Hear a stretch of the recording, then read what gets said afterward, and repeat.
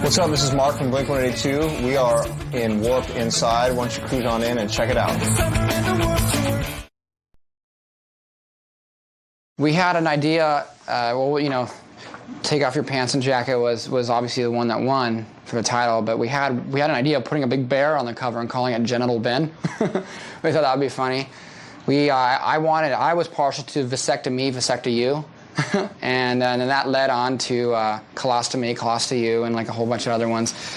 We also had the idea of epileptic proctologist, but that was hard to say.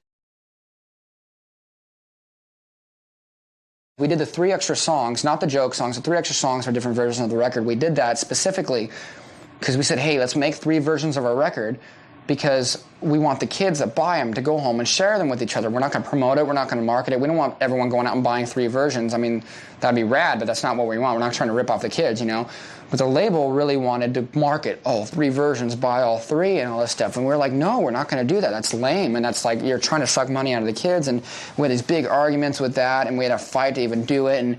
And we got our way. We said, you can't market, there's 3 versions of the record, and we want 3 versions so kids can share. We wanted something cool, and that's what punk bands do when they're smaller. NoFX did something that's very similar to that off their record called Punk and Drublic, and they had these different things on the CD version and the cassette version and the album version. It was really cool because all the fans get together, they call each other, and it creates a camaraderie amongst the fans, and that's what we're into. We've always done the same thing, making records. We've always told a label to leave us alone and just go in and do what we do best. And that's, I think, at least for our band and our type of music, we have a really good meter of what sucks and we think sucks and what isn't. We want everything that we write to be as good as it can possibly be. And if it isn't anywhere near as good as we think it can, we just will throw the whole song away. And I think a lot of bands don't do that. A lot of bands go, I wrote a song, put it on the record, and it just becomes filler. And we're not like that. So we kind of just always do the same thing. We just write the best songs we can. And if songs are just if we get sick of hearing them over and over in the practice studio, then we won't even put it on the record. The best thing about our band, which is, I'm going to give you 2 things that are kind of not really the same, but one is that we are really good friends and we get along really well and we have a great line of communication. We don't fight. We're not assholes to each other. And we respect each other. We respect each other's privacy. And the best thing is just the communication because we're all good friends. And we say, hey, I feel strongly about this because of this and vice versa. And we actually can set goals and achieve them. And a lot of bands can't do that because they're too macho, or they're each in it for themselves and they're just not friends, and they're in it for the wrong reasons. And the second thing is I feel that there's nothing in this world that we can't accomplish. I feel like with the 2 guys in my band, we can write any kind of music we want and will. And I think our best record is yet to come. And I think that we do our pop punk thing, but it's just growing and growing, and there's just I don't think there's any end to what we can really accomplish as musicians.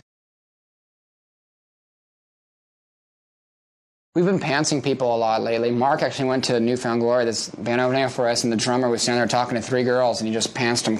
He said he didn't mean to, but the underwear came down too. But I guess Cyrus just picked up his pants and just looked at him just like, thanks, dude, super bummed, not even laughing at all.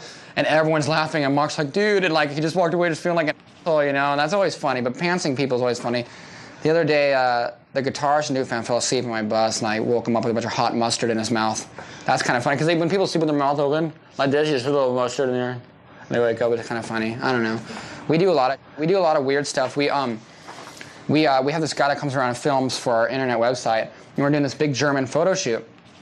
And they have naked people in their magazine, so we told our friend, his name's Cheetah. We go, Cheetah, we'll pay you $600 if you get completely naked and do it for this photo shoot. And he's like, what's it for? I don't know. They'll put it in the magazine. He's all right. So he gets naked, and he's sitting there, and he's doing it, penis everywhere, and he's acting like he's surfing and stuff. So we take all of his clothes, and we throw it out, and we hide it from him. So he's running around, and we have our big Samoan gangster bodyguard grab him and throw him out in the street.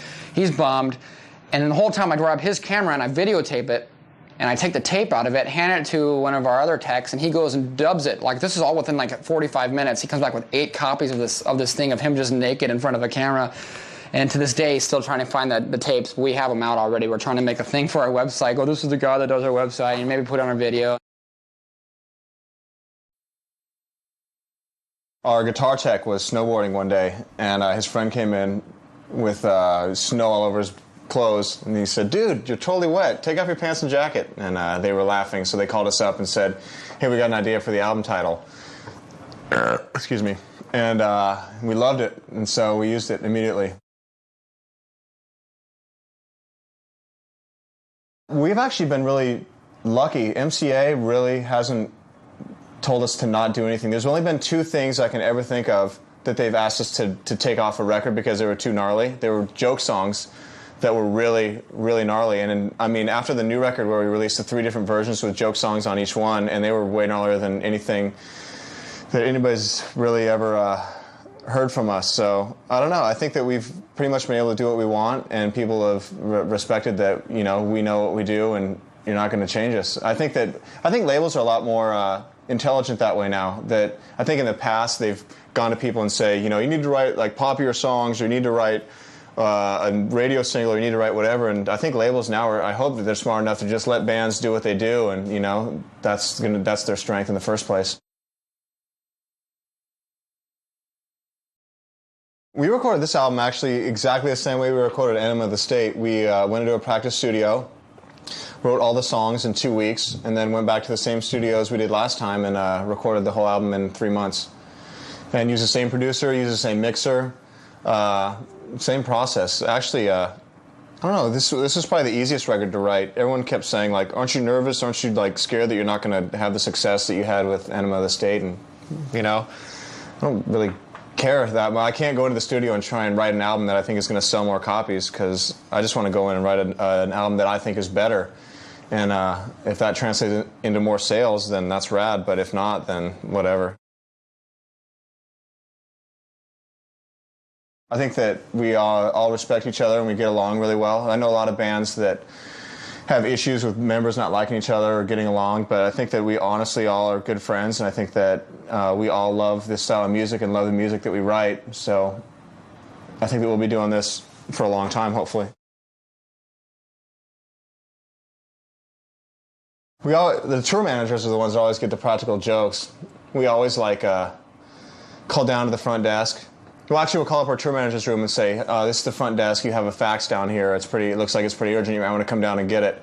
Then while our tour manager's walking downstairs, we'll call down to the front desk and say, yeah, I'm the tour manager for Blink-182, I really think you're attractive, I want to try and pick you up, I'm going to come down and start talking with you, is there any way you can organize a fax for me? I'll just say, if it's you, I'll just come up and say, I want a fax, is there a fax for me? So those are the kind of jokes we play on our tour manager.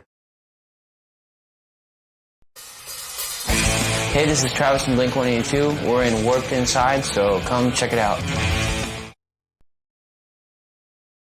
Generally, everyone that ends up being a part of our group, whether you're like a lighting guy or like a monitor guy, you somehow fall into that kind of like retarded sense of humor. You start to think things are funny that you normally don't think are funny, And then our album title was thought of by our guitar tech, of all people, so that gives you an idea of how everyone in our little circle of friends thinks, so it's just kind of like, I don't know, everyone finds pretty much the same thing funny, I don't know, but when won't farts and ugly people being naked be funny? It'll always be funny. I think it's timeless. MTV nor our label has ever done anything. We push the envelope with both, I think, really. We'll purposely make up the most screwed up, most offensive songs, and then play it to the label guys at the end of our recording, and just to see their reaction, and they let it go. They just go, whatever. I mean, we as a band and a label are in a bunch of trouble from Congress, mentioned us, and a bunch of bands that have foul language that shouldn't be distributed through kids or in major, chains of stores. But our label's right there, behind us. Same with MTV. They've always been really good to us. I mean, and they've never told us, you gotta look a certain way or say this a certain way, With this album, we wrote everything in a matter of 2.5 weeks, pretty much.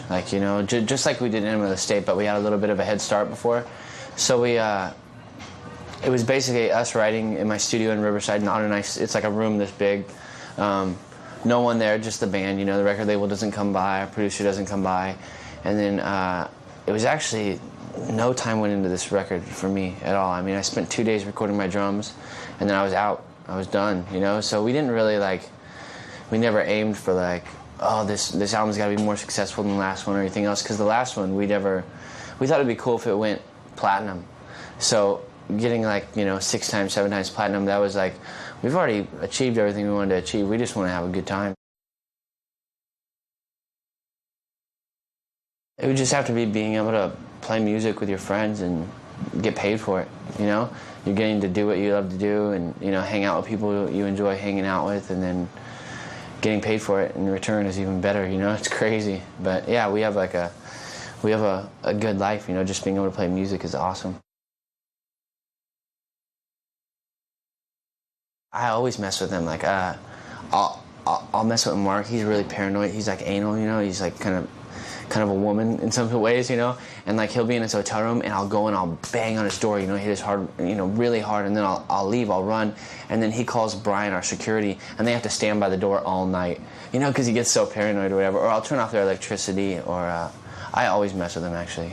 They don't really play like jokes on me, like I don't know. I think that when I first got in the band, I got pantsed in the airport one time, and they had this guy stand on my shorts, so I couldn't pull my shorts up, but that was the only time I really got messed with.